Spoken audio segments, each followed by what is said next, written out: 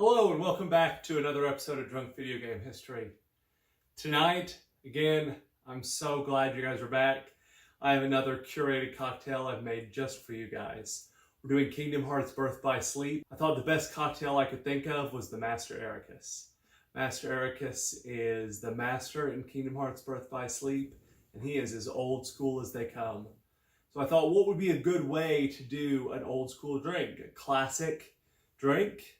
Thought bourbon and cola. It's a very classic drink. But what's our unique spin on it here for Drunk Video Game History? Let's see if we can lean into that old-fashioned a bit. Like we put a twist of orange in an old-fashioned. Well, as it turns out, Coca-Cola has a new orange and vanilla Coca-Cola for us. I saw this week and I thought that's perfect. This is the ideal thing for our drink. So this is going to be the Master Eraqus for Kingdom Hearts Birth by Sleep. It's going to be a couple of shots of your favorite bourbon. I'm picking Weller. Weller was my father's favorite bourbon. Weller and 7 is what I remember him drinking all the time growing up. And I thought as an homage to him, because of Master Eraqus is like a father to Terra and Aqua, I'm going to pick Weller bourbon. So I'm going to do 2 big double shots of Weller bourbon. That is super loud.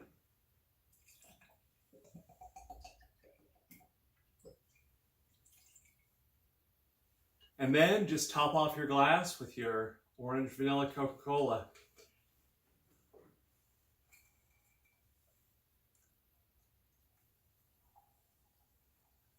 And there you have it. It's smooth. It tastes absolutely amazing.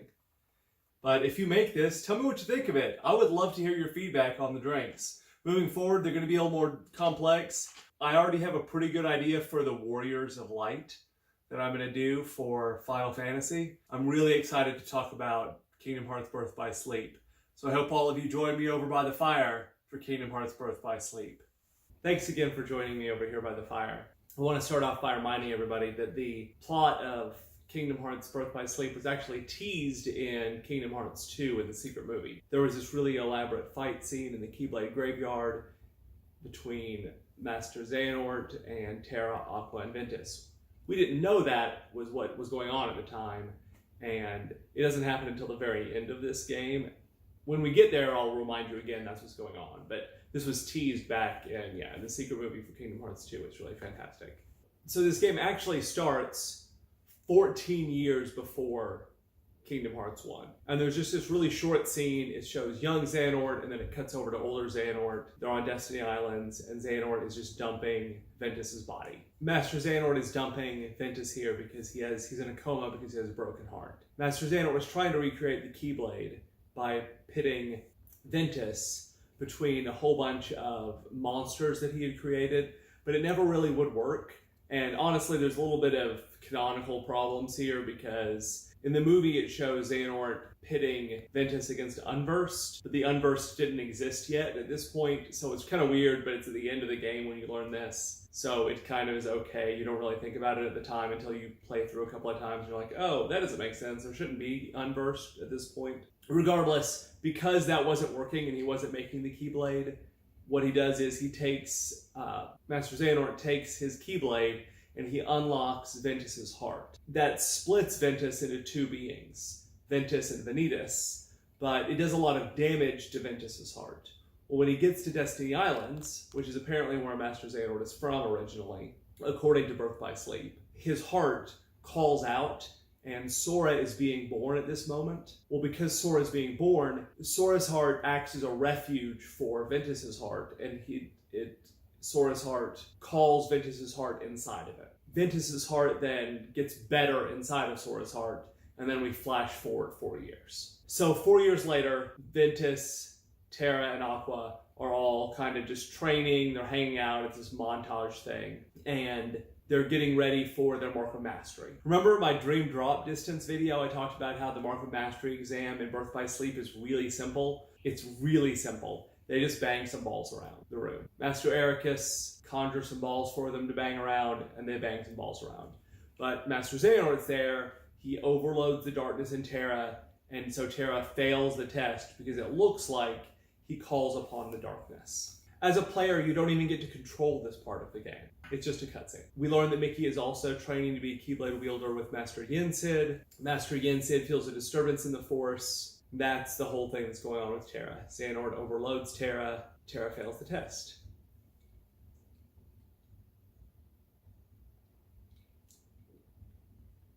So Aqua becomes a Keyblade Master.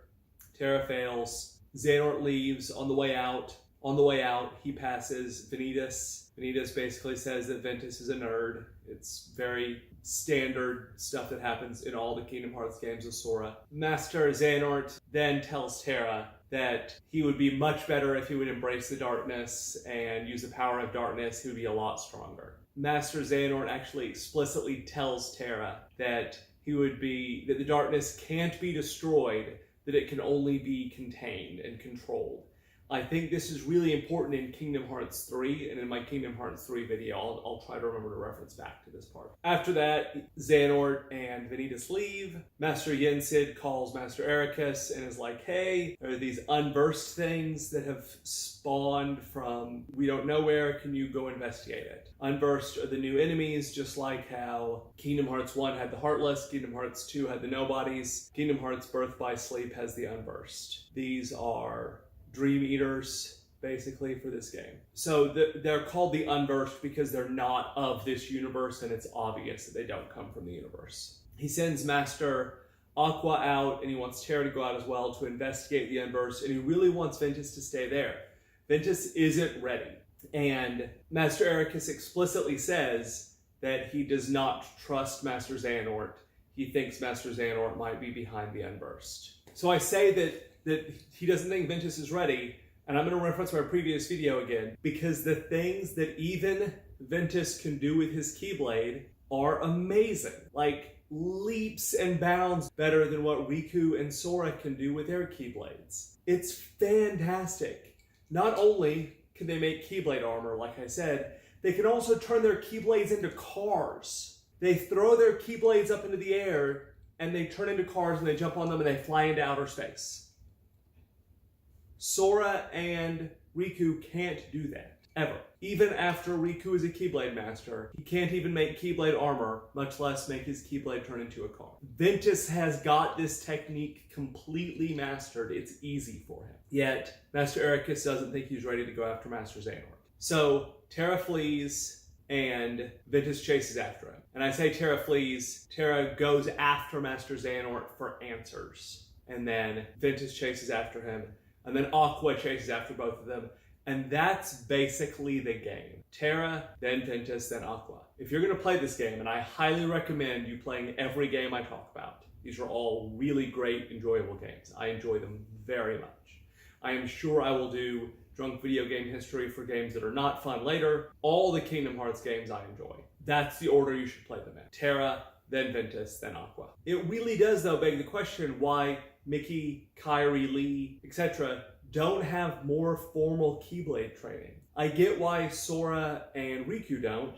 They haven't been formally Keyblade trained, but Mickey should absolutely be able to turn his Keyblade into a car. There's no reason why he shouldn't be able to do this. So, again, I'm not going to go through the Disney plots. Like every Kingdom Hearts game, it's go to a Disney World, do the Disney plot, or a portion of the Disney plot, leave the Disney World. Terra gets into Maleficent's business. This is the origin of Maleficent in Kingdom Hearts, though, and it's fantastic. Terra learns a lot about the darkness from Maleficent, and Maleficent learns about Keyblades from Terra, and this is the start of Maleficent as a Kingdom Hearts villain.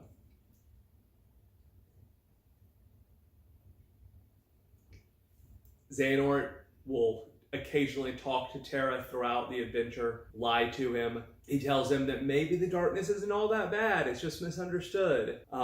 He tells him that Ventus was split into Vanitas and Ventus, which is true, but he tells him that that happened because Ventus was overcome by the darkness. Master Xehanort actually explicitly asks Terra to destroy Vanitas for him, which is weird, but it's kind of that whole Xanatos gambit, right? You do about half the game, you hit up about half the Disney worlds, and then they all end up in Radiant Garden. Evan is there, and he notes that Ventus is a heart without darkness, which is pretty unusual. You don't normally see hearts without darkness. There's an unversed attack. Aqua saves Kairi. Kairi's out with her grandmother. She's caught by the unversed. Aqua comes in and saves her. Aqua casts a spell on Kairi that means that she and Sora will always be linked. This also may be important in Kingdom Hearts 3. Again, they all meet up together. They beat this big unversed. You think maybe at this point in the game that things are going to get better for them. They're all together. Everything's all good. But then they start arguing again. There's drama. And to blow off steam, they actually go to this theme park. They make some ice cream. It's kind of this weird down segment with mini games. It's not really plot relevant, but it's kind of an odd section of the game.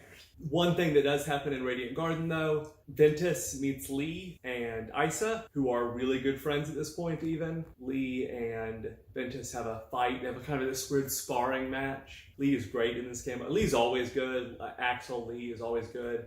Lee says that he's friends with Ventus, which is why later in subsequent games, he and Roxas are such good friends. There's this great, hey, my name's Lee, got it memorized. It's fantastic.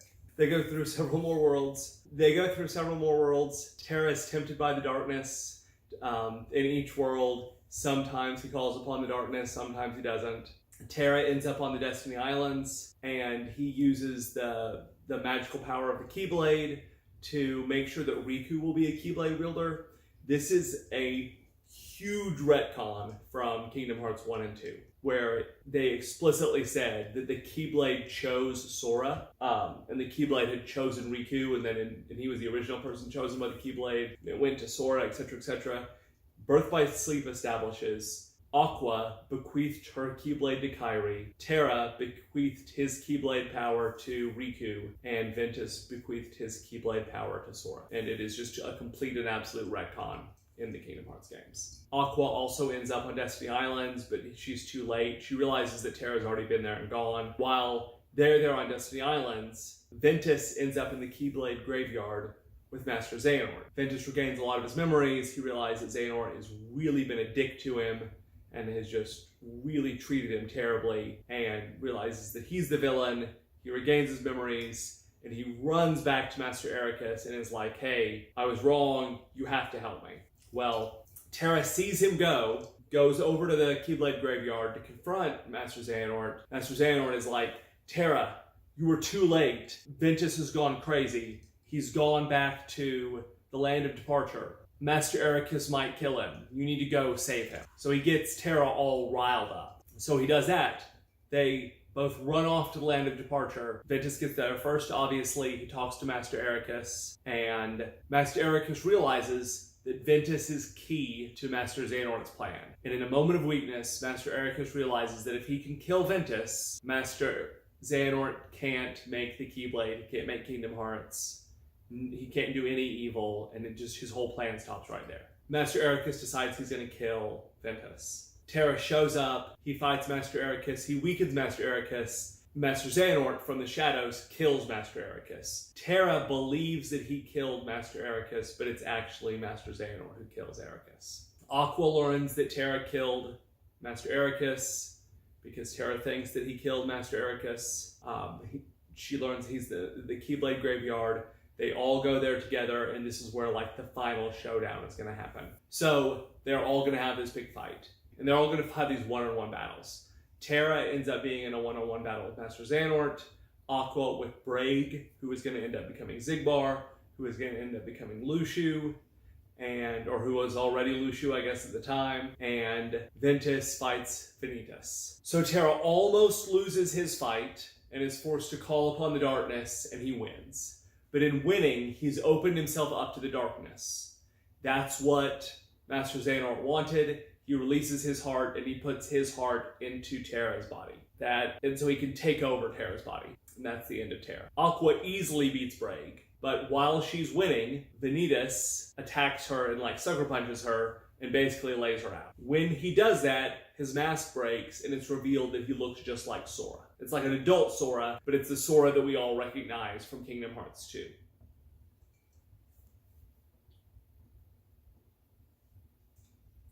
Vanitas and Ventus fight, and they actually make the Keyblade, and they merge back into one. Ventus, possessed by Vanitas, with Vanitas in control with the Keyblade, then fights Master Aqua. His heart, and Ventus wins that battle. The Keyblade shatters. Master Aqua wins that fight. Keyblade is shattered, but Terra is possessed by Master Xehanort. Master Xehanort leaves. Master Aqua grabs Ventus's body, takes him to the Castle Oblivion, and stores him there until Kingdom Hearts 3. She then goes back to Mickey. Mickey is like, hey, you have to go do something about Terra. She goes to try to rescue Terra. They fight. A portal to darkness is opened. They all fall in, but she saves Terra. When she does that, this Heartless is created and comes out of his back. Very epic scene. So this is why anytime you see Master Xehanort, Terra Xehanort, there's always this Heartless out of his back. In Kingdom Hearts 3, we realize that's actually Terra, and he's kind of ripping himself out constantly of the Terra Xehanort. But Aqua is lost to the darkness. There's an after credit scene that takes place after Kingdom Hearts 2. Because remember, this game was released after Kingdom Hearts 2. And Ansem the Wise is on the beach with Master Aqua in the Land of Darkness. And they're kind of like, I'm sure help will come. And Master Aqua is like, yep, help will come. And help does come in Kingdom Hearts 3. So I hope you guys join me for my Kingdom Hearts 3 video. It'll be up next Sunday. And like this video if you enjoyed it. Leave a comment for the next game series you want me to talk about, because after Kingdom Hearts 3, I'm done with Kingdom Hearts. It'll be fantastic. Thank you guys so much for joining me on this journey. Kingdom Hearts has been great. I can't believe we're 2 months in. It's been really wonderful.